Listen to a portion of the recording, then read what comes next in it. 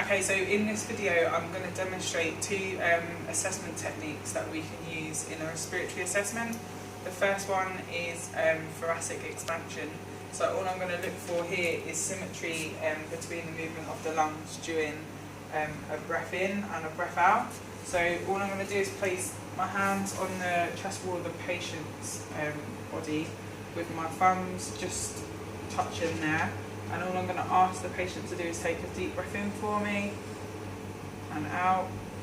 Good, and again. Good, and out. And as I've described, I'm just looking for symmetry there between the movement of the lungs. The second assessment technique I'm going to demonstrate is auscultation. So just to listen to the breath sounds in the patient. So what I'm going to ask my patient to do is just some nice normal breathing, just in and out through your mouth.